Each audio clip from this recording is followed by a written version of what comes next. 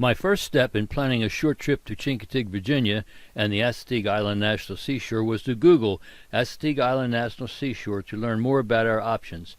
My search immediately took me to something advertised as Assateague Island National Seashore official site.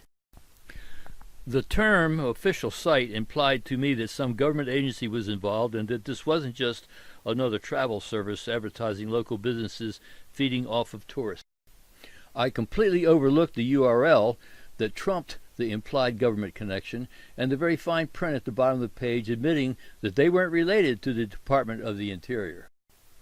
The term pony tours caught my eye, and I followed another link to Assateague Explorer's website featuring excited tourists up close and personal with ponies in pristine marshes with the iconic Assateague light in the background and one of Explorer's boats being held by the captain in 12 inches of water.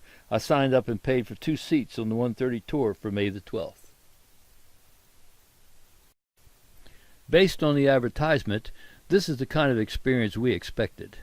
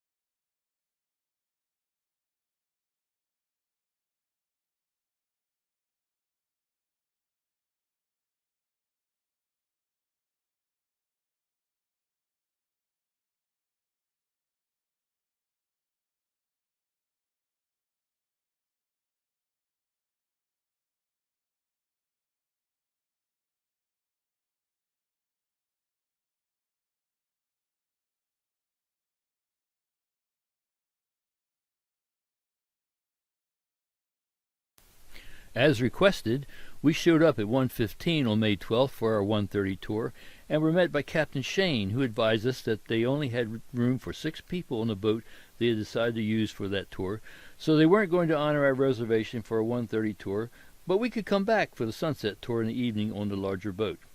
He also assured us that the larger boat would provide the same experience as the smaller one being used for the 1:30 slot that day, a typical Pony Express cruise.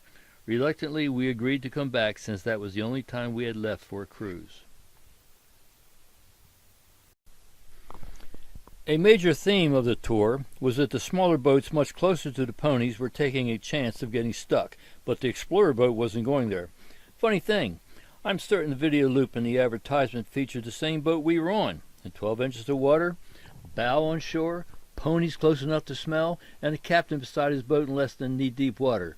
I took this picture of the lighthouse, 2 ponies, and other tour boats with a 300mm lens from hundreds of yards away. It got worse. The sunset cruise ended before the sunset had matured, and I had to settle for a photo from the dock after the boat was moored and the passengers had gone ashore. We wasted way too much time with the boat cruises and missed some of the neat Fish and Wildlife Service trails. However, here is just some of what you can see and do while visiting Chincoteague without a boat ride and mostly for free.